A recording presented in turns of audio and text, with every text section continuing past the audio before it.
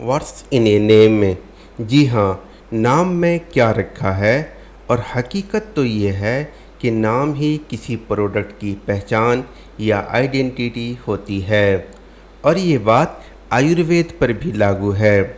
इसलिए ही शायद आयुर्वेदिक प्रोडक्ट के पैकेज पे नाम का दिखाना मैंडेटरी होता है। आज हम आयुर्वेदिक ड्रग के नेमिंग के बारे में डिस्कस करेंगे और इसी वजह से आज की प्रेजेंटेशन का टाइटल है what's in a name, everything the naming of Ayurvedic drug. इससे पहले कि हम आगे बढ़ें, हम देखते हैं डिस्क्लेमर।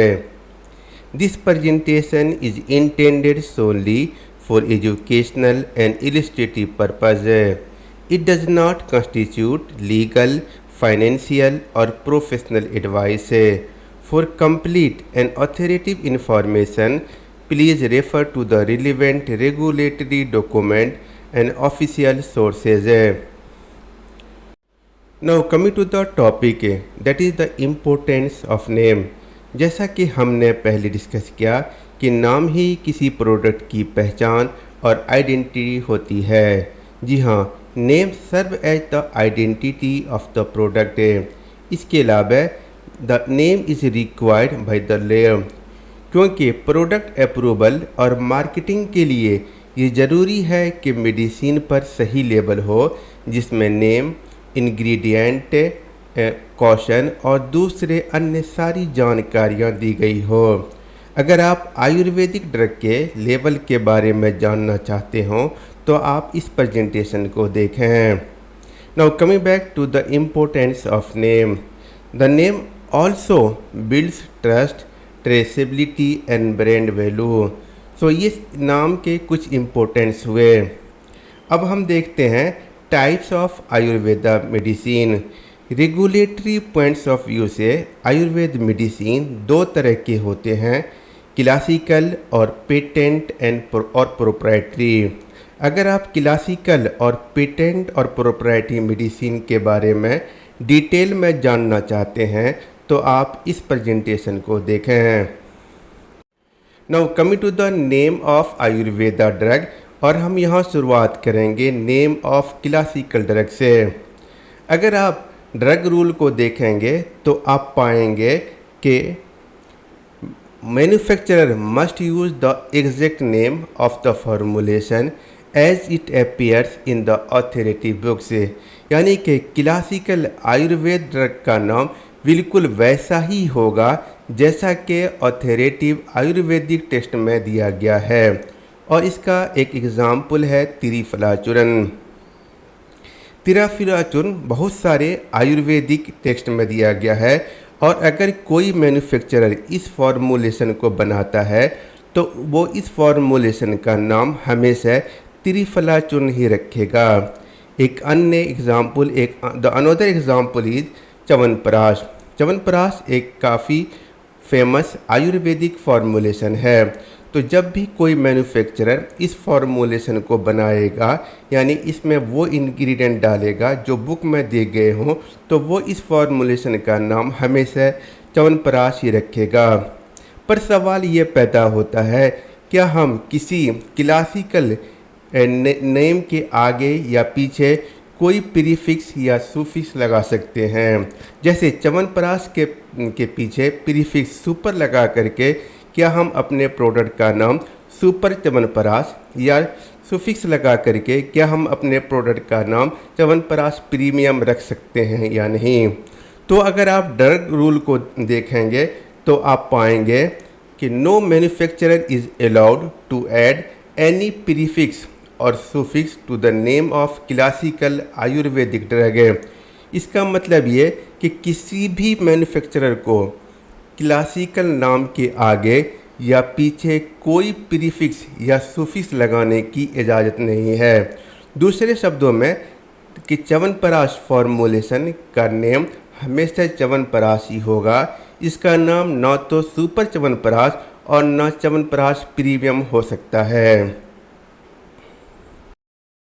पर अगर आप मार्केट में देखेंगे या आप मार्केट सैंपल को एनालाइज करेंगे तो आप पाते हैं कि मार्केट में च्यवनप्राश के साथ साथ च्यवनप्राश स्पेशल नाम से भी प्रोडक्ट अवेलेबल है। तो इसके पीछे क्या वजह है? हकीकत यह है कि कुछ ऑथोरेटिव आयुर्वेदिक ग्रंथों में च्यवनप्राश के अतिरिक्त या च्यवनप्राश के अलावा च्यवनप्राश स्पेशल का भी उल्लेख मिलता है। और अगर आप ड्रग रूल को देखेंगे तो आप पाएंगे कि if the formulation includes a prefix और suffix in the book then the exact name including the prefix और suffix becomes mandatory when marketing the product. दूसरे शब्दों में, अगर किसी फॉर्मूलेशन का नाम शास्त्रीय ग्रंथ में प्रीफिक्स या सुफिक्स के साथ दिया गया है तो उस प्रोडक्ट का मार्केटिंग करते समय उस नाम को उसी प्रीफिक्स या सुफिक्स के साथ अनिवार्य रूप से उपयोग करना होगा। तो अब तक हमने पाया क्लासिकल ड्रग के नेमिंग के बारे में कि the exact name as written in the text. पर कुछ ऐसे भी फॉर्मूलेशन हैं आयुर्वेदिक ग्रंथों में जिसमें उसके फॉर्मूलेशन तो दिए गए हैं लेकिन आयुर्वेदिक टेक्स्ट में उस फॉर्मूलेशन का कोई नाम नहीं दिया गया है। तो ऐसे केस में हम कौन सा नाम इस्तेमाल करें? तो यहाँ पे the manufacturer can name an unnamed classical formulation using the ingredient if no name is given in the book.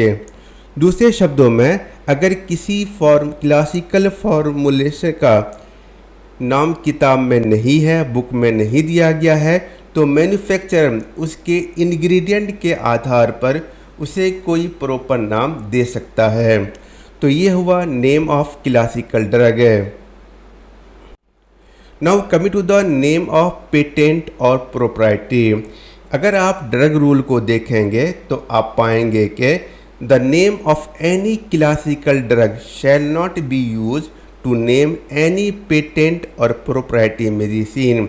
दूसरे शब्दों में, किसी भी क्लासिकल ड्रग का नाम किसी पेटेंट या प्रोप्राइटरी मेडिसिन के नाम के रूप में इस्तेमाल नहीं किया जा सकता है।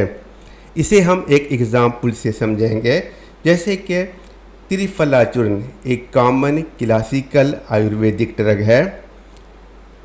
अगर कोई मैन्युफैक्चरर एक डाइजेस्टिव टॉनिक बनाता है जिसमें वो 10 इंग्रेडिएंट डालता है और इसमें से 3 इंग्रेडिएंट त्रिफला चूर्ण के हैं, तो क्या वो अपने प्रोडक्ट का नाम त्रिफला प्लस सिरप रख सकता है? तो जवाब है नहीं, क्योंकि triphala is a classical name and it can not be use as a part of proprietary name.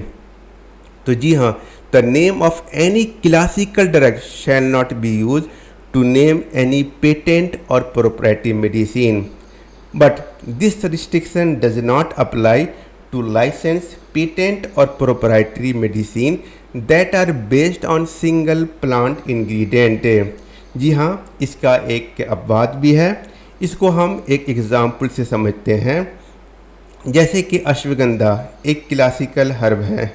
अगर कोई मैन्युफैक्चरर एक कैप्सूल बनाता है जिसमें सिर्फ और सिर्फ अश्वगंधा का एक्सट्रैक्ट ही होता है, तो क्या वो अपने प्रोडक्ट का नाम अश्वगंधा कैप्सूल रख सकता है या नहीं? तो जवाब है हाँ। Now coming to the points to remember for patent और proprietary medicine. The first thing is that no use of classical drug name. The second name that the name must also comply with the trademark regulation and no disease specific or organ specific claim in name। यानी कि manufacturer cannot use name that directly name a disease, especially those in Schedule of Drug and Magic Remedies Act और its schedule। इसके अलावा the name should be memorable, यानी ऐसा नाम हो जिसे लोग जल्दी से और आसानी से याद रख सकें। It should be easy to pronounce, यानी ऐसा नाम हो जो बोलने में आसान हो और सुनने में साफ लगे। The name should be culturally appropriate, यानी ऐसा नाम हो जो अलग अलग भाषाओं में और क्षेत्रों में अजीब या आपत्तिजनक न लगे। इसके अलावा the name should align with the product benefit, यानी नाम से ये पता चल जाए कि ये किस बारे में है और ये कैसा अनुभव देता है। तो this is all about today topic. Hope you enjoyed the session. Soon we will meet with another topic. Thank you.